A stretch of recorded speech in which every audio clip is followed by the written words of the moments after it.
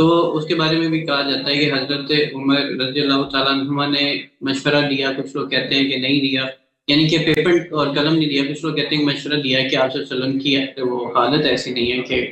آپ کو وہ پیپر دیا جائے۔ اور اس میں آتا یعنی کہ اس حدیث میں ہے کہ گھر والوں میں اختلاف ہو گیا، کچھ لوگوں نے وہاں پہ صحابہ کا لفظ استعمال کیا، کچھ لوگوں نے کہا کہ اہل بیت میں۔ اب ذرا یہ تھوڑا سا حدیث کے ٹاسک ہے نا، ذرا وہ بیک گراؤنڈ بتائیے گا۔ اور دوسری بات یہ ہے کہ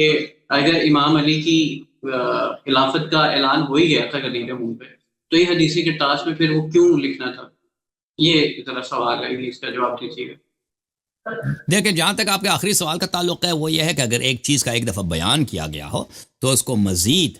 مستحکم کیا جائے، اس پر مزید تحقیق کیا جائے اور اس پہ ایک تحریری اثر، تحریری سند بھی رکھا جائے تو اس میں کوئی حرج نہیں ہے۔ اور کیونکہ مسئلہ امامت و خلافت اتنا اہم مسئلہ ہے اور اسلام میں سب خلافات، سب نزاعات کا جڑ یہی مسئلہ امامت و خلافت ہے، اگر رسول اللہ صلی اللہ علیہ وآلہ وسلم تاکید کے طور پر اسی بات کو تحریراً بھی لکھا دیں تاکہ سب پہ اتمام حجت ہو جائے تو اس میں کوئی حرج، کوئی مشکل نہیں ہے۔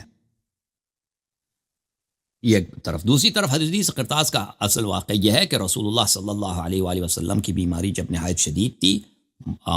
منڈے کو ان کا انتقال ہوا، اس سے کچھ دن پہلے تھرسڈے کو یعنی جمعرات کو ان کے گھر میں صحابہ کا اجتماع تھا، تو انہوں نے حکم دیا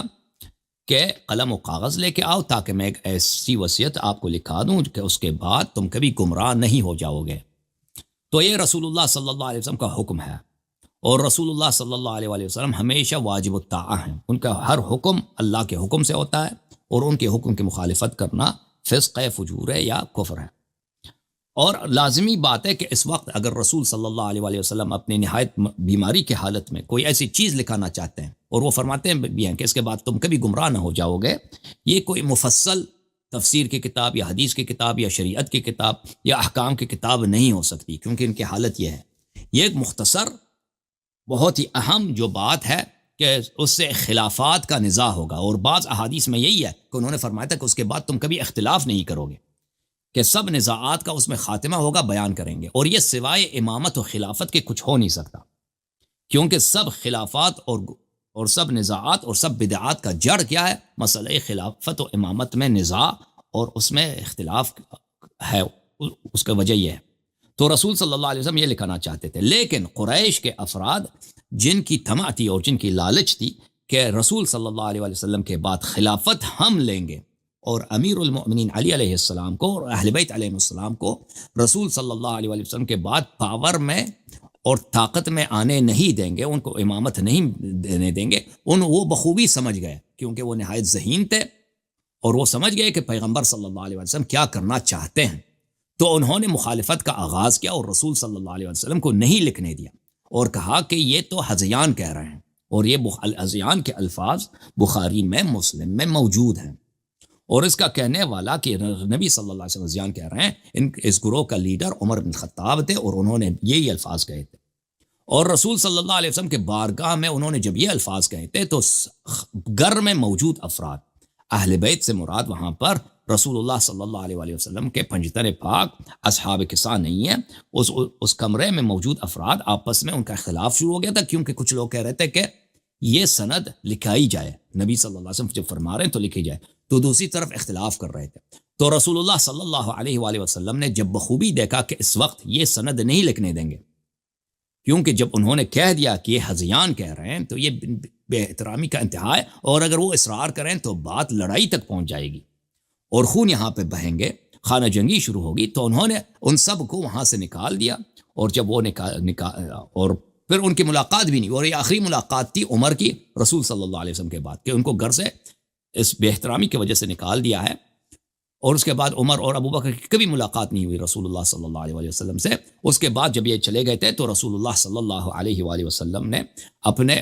وہ افراد جو امیر المؤمنین علیہ السلام کے محب تھے ان کو بلایا، وہاں پہ بہت سارے افراد تھے، ان میں سلمان تھا، ابو ذر تھے، مقداد تھے، تو وہاں پہ رسول اللہ صلی اللہ علیہ وسلم نے سند لکھایا، اس سند میں انہوں نے یہ لکھا کہ میرے بعد پہلا امام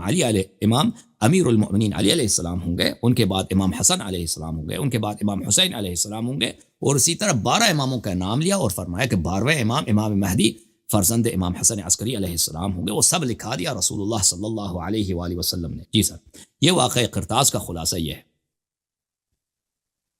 اچھا سر، آپ نے ماشاء اللہ اس کا بہت اچھی بات کی. بس میرا ایک اس میں بس چھوٹا سا سوال ہے کہ قرآن و حدیث سے اس کی سند کن کن کتب میں ہے واقعہ قرطاس ہے؟ واقعہ قرطاس کا مسلمات میں سے شیعہ اور مخالفین کے درمیان اس میں کوئی نزاع ہی نہیں ہے. یہ بخاری میں، مسلم میں، سنن نسائی میں، اور مسند احمد ابن حنبل میں لا تعداد اسانید کے ساتھ متعدد صحابہ سے واقعہ مروی ہے.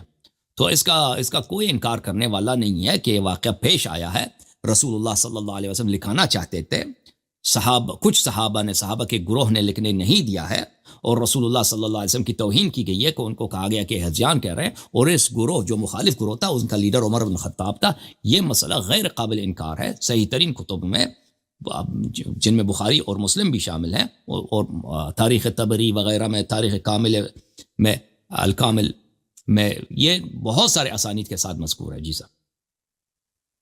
اچھا سر، اس کے یعنی ایک تو یہ والا اور دوسرے اس کی سند کے اس کے بعد جو آپ نے 4 نام بتائی، یہ کن کتب میں ہے؟ یہ جو بعد میں نکالے گئے، اور یہ جو پیغمبر صلی اللہ علیہ وآلہ وسلم نے حدیث لکھا دیا، وصیت لکھا دی، یہ شیعہ کتب میں موجود ہے. کتاب سلیم ابن قیس الہلالی میں موجود ہے. جی. اچھا سر، اس کے ساتھ ایک اور سوال یہ ہے کہ اس سے پہلے جب یعنی بخاری شریف میں یہ واقعہ کوٹ ہے کہ حضرت عباس اور حضرت علی کی گفتگو، حضرت علی اسلام اللہ علیہ ان کی گفتگو کا ہے یہ بات کے حضرت عباس اور علی میں بات ہوئی کہ ہم چلتے ہیں آپ صلی اللہ علیہ وسلم کے پاس اور وصیت لکھوا لیتے ہیں ان سے، کیونکہ مجھے پتا، حضرت عباس نے کہا کہ مجھے پتا چل جاتا ہے کہ جب ہاشمیوں پہ وقت نظر آئے تو میں ان کے چہروں سے پہچان لیتا ہوں. اس میں نیچے حضرت علی کی یہ ریمارکس، یہ بخاری میں بھی ہے اور مسلم میں بھی ہے کہ نیچے کوٹ تھے کہ اگر آپ صلی اللہ علیہ وسلم نے ہمیں خلیفہ نامزد نہ کیا تو یہ لوگ کبھی بھی ہمیں دوبارہ خلافت کی منصب پہ نہیں آنے دیں گے. تو یہ تو اس کے بعد کی بات ہے، حدیث قرطاس کے بعد کی یہ بھی بات ہے کہ آپ حضرت علی ابھی بھی اس چیز کو لے کے شور نہیں تھے. انہوں نے کہا کہ اگر آپ صلی اللہ علیہ وسلم نے نہ لکھا خلافت ہمارے حق میں تو لوگ ہمیں کبھی خلیفہ نہیں چنیں گے.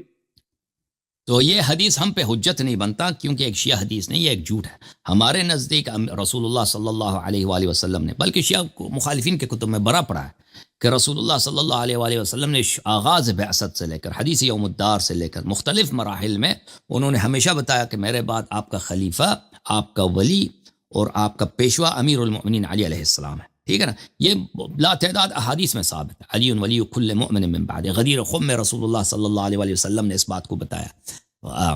اور اس سے پہلے کچھ دن پہلے رسول اللہ صلی اللہ علیہ وآلہ وسلم نے یوم عرفہ اپنے خطبہ حجۃ الوداع میں یہ بات بتایا. تو یہ کہنا کہ حضرت امیر المؤمنین علیہ السلام کو شک ہے کہ بھئی پیغمبر مجھے خلافت نہیں دیں گے آخری یوم میں، آخری زندگی میں، اور مجھے نامزد نہیں کریں گے، اس لیے میں اسے نہیں لکھانا چاہتا. یہ ایک بہتان ہے، ایک تہمت ہے جو اس کے جھوٹ ہونے میں کوئی شک ہی نہیں ہے. کیونکہ جب ایک پیغمبر صلی اللہ علیہ وسلم بار بار تصریح کر چکے تھے کہ میرے بعد امیر المؤمنین علی علیہ السلام امام ہیں، تو اس کی دلیل ہی نہیں بنتی کہ وہ مزید شک کریں. اللہ تعالیٰ آپ کو سلامتی دے. یہ میرے خیال میں میرے بھائی ڈسکنیکٹ ہو گئے ہیں. اچھا، وہ بات بیچ میں منقطع ہو گئی. میں نے آپ کو بخاری شریف کا ریفرنس کوٹ کیا تھا کہ یہ قرطاس والے واقعے کے بعد کی جو بات ہے کہ حضرت عباس اور حضرت علی میں جو ڈائیلاگ ہو رہے تھے کہ ہم لکھوا لیتے ہیں کہ خلافت آپ صلی اللہ علیہ وسلم کس کے نام خلافت لکھتے ہیں، تو حضرت علی نے اس میں تو کیٹیگوریکلی منع کر دیا کہ اگر آپ صلی اللہ علیہ وسلم نے ہمارے حق میں خلافت نہ لکھی تو پھر یہ امت ہمیں کبھی بھی خلیفہ نامزد نہیں کرے گی. تو عرض یہ ہے جی کہ نبی صلی اللہ علیہ وسلم جو بھی لکھانا چاہتے تھے، ٹھیک ہے نا، جو بھی لکھانا ان کا حق بنتا ہے، اور امت کا فریضہ بنتا ہے کہ ان کی مخالفت نہ کریں.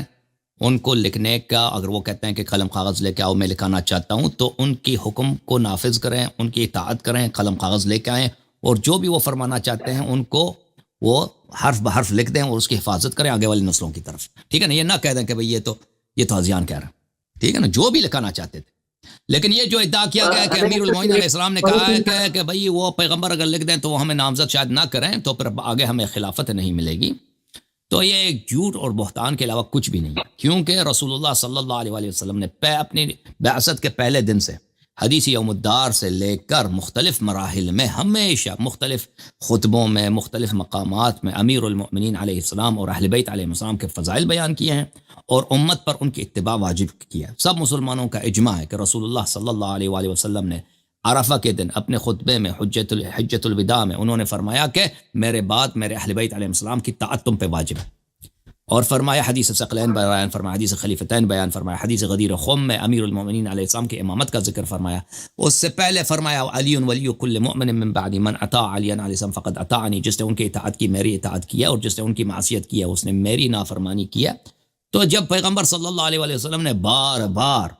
سب مسلمانوں پر اپنے حیات میں امیر المؤمنین علیہ السلام کی طاعت کو واجب فرمایا، انت منی بمنزلۃ ہارون ومن موسیٰ فرمایا، تو یہ کیسے ہو سکتا ہے کہ پھر امیر المؤمنین علیہ السلام اس بات کا احتمال دے دیں، شک کریں کہ شاید وہ ہمیں نامزد نہ کریں؟ تو یہ ایک سوائے ایک جھوٹ اور بہتان کے ان کے ذات اقدس پہ اس کے علاوہ کچھ بھی نہیں ہے۔ جی سر، یہ بخاری شریف میں لکھا ہے، یہ میں مطلب یہ میرا کوئی آرگیومنٹ نہیں ہے، جی سر، تھینک یو سر، اللہ آپ کو عزت۔